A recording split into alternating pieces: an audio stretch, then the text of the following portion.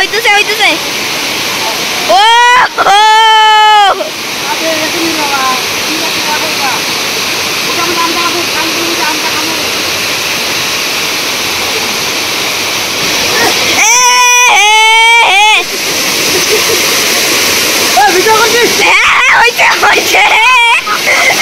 ছান করতে আসছে তো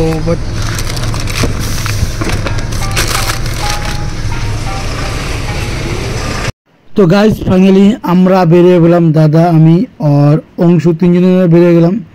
আর কি কি হবে তোমাদের কাছে সব কিছু শেয়ার করছি। আর আমাদের কোকরাঝার থেকে বেশি দূর না, সামনে এখানে। আর ওখানে কেমন কি আছে সব দেখাচ্ছি তোমাদেরকে গাইজ, দেখো।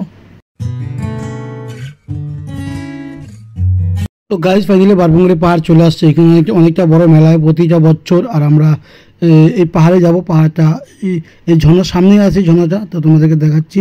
তো সামনে ঝর্ণা আছে আর খুব সুন্দর ঝর্ণা। টাইম পেলে তুমি চলে আসো।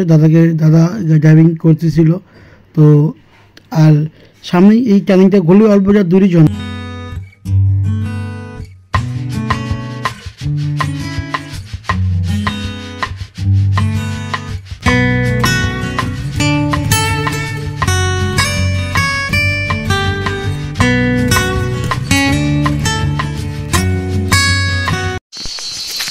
তো গাইজ সামনে একটা মন্দির আছে, তো আমরা যাচ্ছি এখন ঝর্ণাতে। আর তোমাদেরকে দেখাবো যে ঝর্ণাটা কেমন কি আছে না আছে।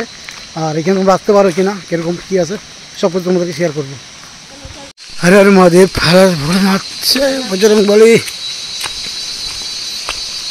হর হর শম্ভু। তো গাইজ চল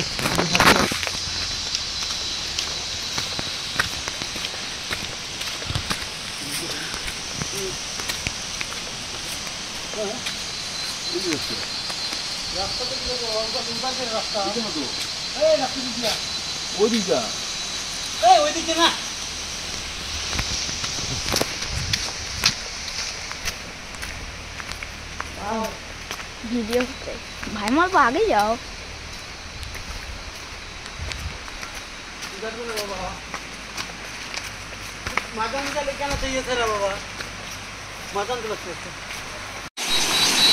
গাইস ফাইনালি ঝর্ণার সামনে চলে আসলাম।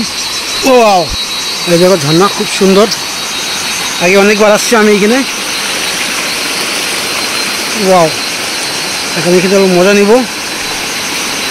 এই যে আমার সাথে দাদা আসছে। ওয়াও,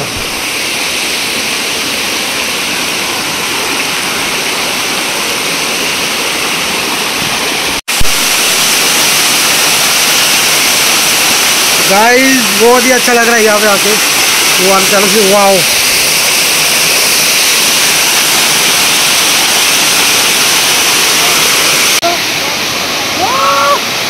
ও ভাই মা চলবে চলবে।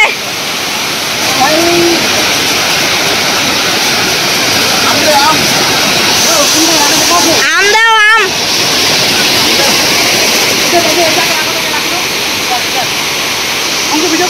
হ্যাঁ হ্যাঁ হইতেছে হইতেছে। ও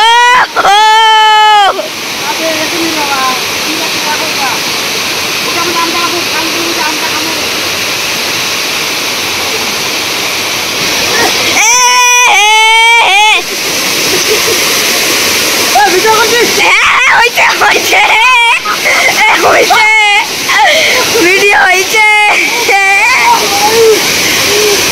ধরো মামা, আমি যখন ভাইমাকে বলছিলাম স্লিপ আছে তাও শোনে নাই। আমি তো জানি তোমাকে।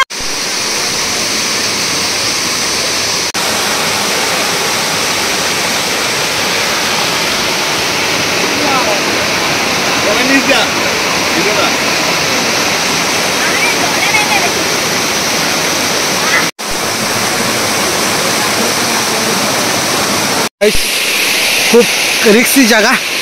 তো আমি এখন দাদা এখানে স্নান করলাম অল্প টাইম। তো এই দাদা এখন আমরা উপর দিকে যাচ্ছি আমি। ওয়াও,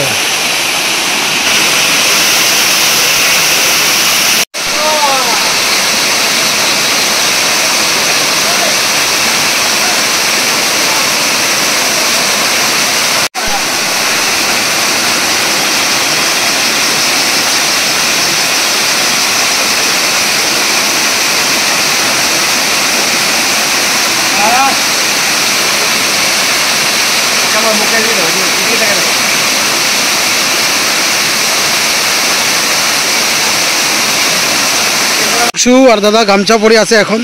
তো আমরা যাচ্ছি গাইস এখন। জানছিলাম আমরা হলো গাড়ি ধোয়ার জন্য, কিন্তু এখানে ওরকম অনেক দূর থেকে জল আনতে হবে, তার জন্য গাড়িটা আমাদের ধোয়া হলো না আজকে। আর বাড়িটা এই যে জামা কাপড় রাখতে কাজে লেগে গেলো। দাদা কি বলবে এখন? কি দাদা কেমন লাগলো এসে আজকে? খুব ভালো লাগলো, অনেকদিন পরে ছিলাম এই ঝর্ণাতে। তো লোককে কি মেসেজ দিয়ে যাওয়া তুমি, যদি লোকে আসতে চাই এখানে? না, ছুটি পেলে পরে আসবেন এখানে, মাঝে মাঝে ঘুরে যাবেন এখানে, স্নান টান করে যাবেন, যেরকম আমরা স্নান করে গেলাম। খুব সুন্দর জায়গা না? খুব সুন্দর জায়গা।